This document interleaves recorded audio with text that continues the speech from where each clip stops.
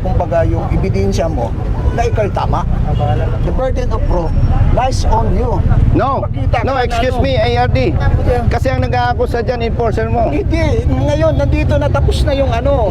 Ito tama, tama ito. Ngayon nga po, pwede, Tapos pwede. balik ka dito, yung ating officer, yung naghuli sa iyo si Migabon, nandoon. Baka may picture rin siya. Tama po, tama po. Yung gulong mo. Pahingin 5,000. Hindi, no. Hindi, bibigyan ko siya ng pangmulta. Kung nakita po ninyo may mali sa part ng enforcement personnel, ang request ko lang po, kasuhan natin Hindi, ang... para sa akin po, hindi, walang mali para sa akin. Because they are equipped with our law enforcers pag nandoon na sa ground. They are considered acting in good faith and with legal orders. Balik rin natin kung siya ngayon ang nagkamali. Mananagot siya. Oh. Nga Di ba magmulta siya? Yes, yes. Ay kung mali ang enforcer natin, halimbawa lang, I am not saying na mali nga siya kasi may proseso. Yes. Kung mali ang enforcer natin, sorry na lang siya. Colonel Busita, napasugod sa LTO Region 12 sa lungsod ng General Santos. Dahil mantakin nyo mga idolo, naalarma si Colonel Busita dahil gulong na lang ng motorsiklo hindi pa may patupad ng tama o ng maayos. Kaya tara, sabay-sabay nating panoorin ang mainit na naging debate ni Colonel Busita versus Happy ng LTO. Pero bago yun, huwag nyo kalimutan mag-subscribe. Alright.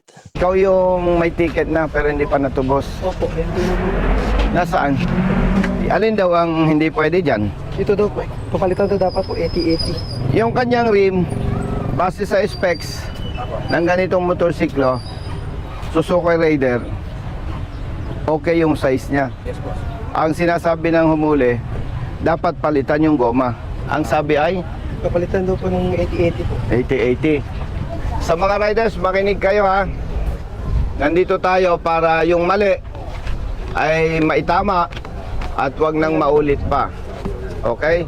Yung ibang kausap ko kahapon, unahin ko lang itong estudyante dahil ito ay scholar. Matataas ang grades, baka bumagsak ka, ano brother? Di gano'n naman talaga. Tama naman po yan. Sige, let's go. Dala niya rin yung motor niya ngayon. Asan ang motor mo? Sige. Oo, tinubara. Pag-share na mo. Nagitagtag na mo siya. Yung iba, mamaya ako kausapin ha. Last 9. Yung rim hindi mo binago, no? Exam po namin. Yung goma ang gusto nilang babaguhin mo. Sabi nilang bawal po. Tama. Oo. Kapareho nung kay brother, nung estudyante. Ang kino-question sa'yo yung goma. Kasi, nabanggit ko na kanina eh. Yung rim, bawal kang magpalit. Kung 17, 17. Pag ginawa mo 16 or 18, may paglabag ka. Pero kung 17 ang rim, yung gulong mo, pinalitan mo. Yung goma, wala kang paglabag, sabi ng department order. Kaya itatanong natin sa hepe ng LTO dito, ano ang basihan nila para pagmultahin ang mga riders dito sa South Cotabato. Okay? So, punta tayo doon kay Chief. Riders lang sir or kahit na... Kahit anong sasakyan, Halimbawa sir, yung ginawang classic na mga ganun, marami rin. kahit anong sasakyan, may kotse ka. Ang specs ng iyong kotse ay 14. Dapat masunod. Pwedeng 14. Pero merong goma na bahagyang manipis, tapos malapad, walang paglabag doon. Ang pinag-uusapan lang yung rim. Okay? Rim lamang, rim. Karanasan nito sir kung ang rim hindi namin pinalitan. Yung guma, yung parang hindi siya mabigat na ano yun, 250. Huli. Walang problema doon. Ang pinag-uusapan lang, rim. Sabi ng department order. Kaya itatanong natin sa district officer ng LTO, anong basihan para hulihin at pagmultahin ang mga riders? Kinakosta yung 300 Oo, okay? Oo. Let's go, brother San. Good morning, brother. Muslim brother? Yes. Sir, pasok po kayo. Thank you lang. Ma'am, good morning. Ma'am, by the way, public service, naka-video tayo kasi wala tayong pag-uusapang personal. College student ka, no? Opo. Nahuli, ma'am, itong rider. Kailan po yan, sir?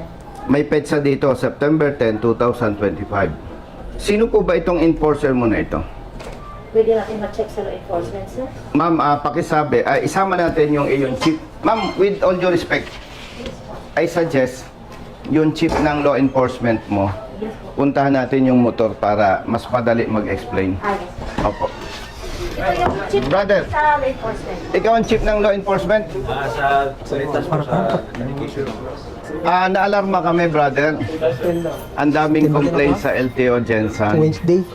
Nandyan yung motorsiklo ng mga riders na nahuli ng enforcer ninyo. Nakakaawa, yung isa dyan, estudyante. Yan, sino enforcer? Idol Jill TV. Tapos di ko ano niya Malayo. naging action Bigger ito. ball? Chief, punta natin yung motor para actual ko ma-explain. Dalay natin to. Tama. Good morning, kuya. Huwag mong binubula, agang-aga, kuya. Mas gwapo ka, alam ko. Nung bata ka pa, may bubulong ako sa'yo. Babaero. Awas. Oh, grabe ka naman. No, sir. Good morning. Kuya, good morning. Sir, lutong po, sir. Okay. Salamat po. Ingat, kuya. Okay, sir. Taga rito. Opo, sir. Pupunta po, pero from Marawi City po. Kapatid na Muslim ka? Yes, sir. Para Alam mo, brother, ang gusto lang naman natin, tamang Cheers po, kuya. apprehension. Opo, sir. Dapat lang, sir. Palagi kitang napapatawid sa sir. Brother, ikaw ang inspector? Yes, sir. Good morning. Nandito ako, hindi para makipag-away sa LTO. Yung mali na panghuhuli ng tao natin, gusto nating i-correct kasi kawawa ang biktima. Tama, sir. Ito, estudyante. Minamadali ko lang dahil may exam pa siya. Paano ang pagkahuli sa'yo? Maliit daw po yung gulong ko sa unahan. Ano daw ang mali dyan? Dapat daw po palitan pa daw ng mas malaki nito, yung 80-80 daw po kasi hindi daw pasok sa standard. Merong department order. Ang subject, harmonization of motor vehicle classifications of LTO and LTFRB. Under Section 5, guidelines and requirements in the classification and or registration of modified motor vehicles. Sinasabi po sa 5.2, the modifications involving safety and environment shall not be allowed such as the following. 5.2.1 axle modification, 5.2.2 chassis modification, 5.2.3 extended chassis or body, 5.2.4 additional sidings of dump trucks, 5.2.5 extended overhang, and 5.2.6 change of rim size. Ito hindi nagpalit ng rim. Ibig sabihin, hindi pinagbabawal ng batas. Ang pinagbabawal ng batas, pag nagpalit ka ng rim, nagpalit ka ng goma, pits sa rim, walang violation. Sir, nandiyan po yung Assistant Regional Director. Yan. Chief, good morning. Thank you again. Nagkita tayo dun sa Congress. Salamat. Ganito ay RD. Yes. Una sa lahat, hindi natin pwedeng ipagtanggol yung mali. Tama. Ang gusto lang po natin ARD, tamang apprehension. Kasi katulad nito, estudyante, ang multa 5,000. Kawawa naman. Ang pinagbabawal ARD, magpalit ka ng rim.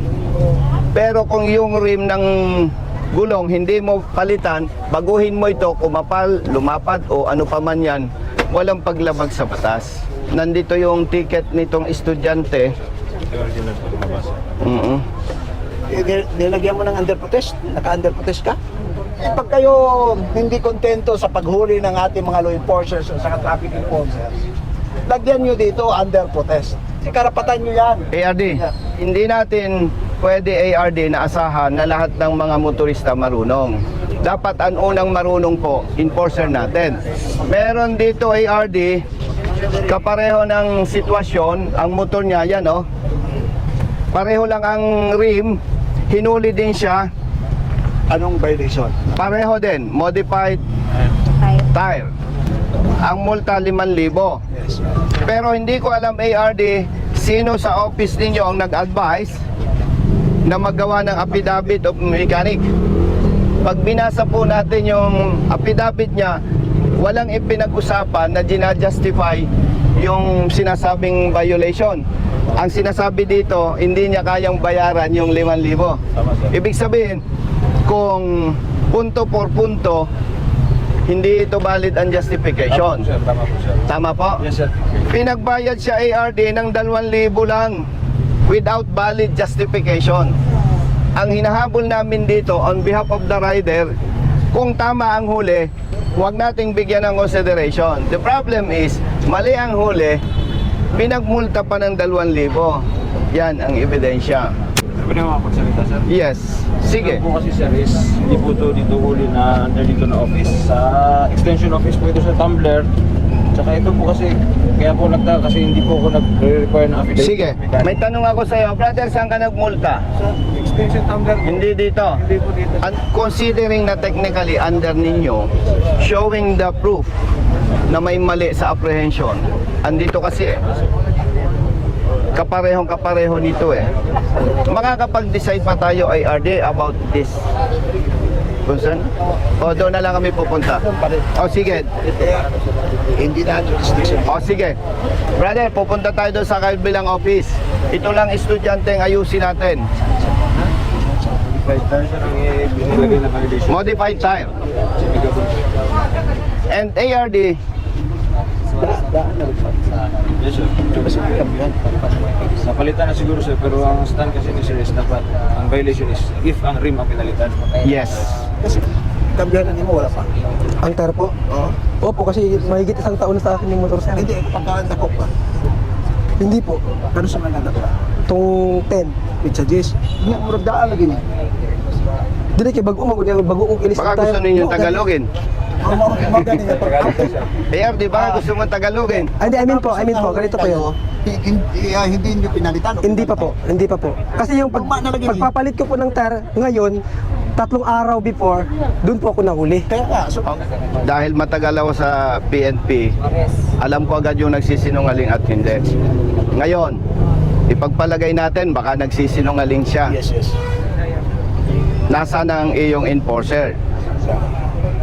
At yung enforcer ninyo, dapat papanigan natin provided may maipakita siyang picture. Ganito kasi sa protocol natin, if you will, kumbaga protest, you have to make a position paper that you are correct.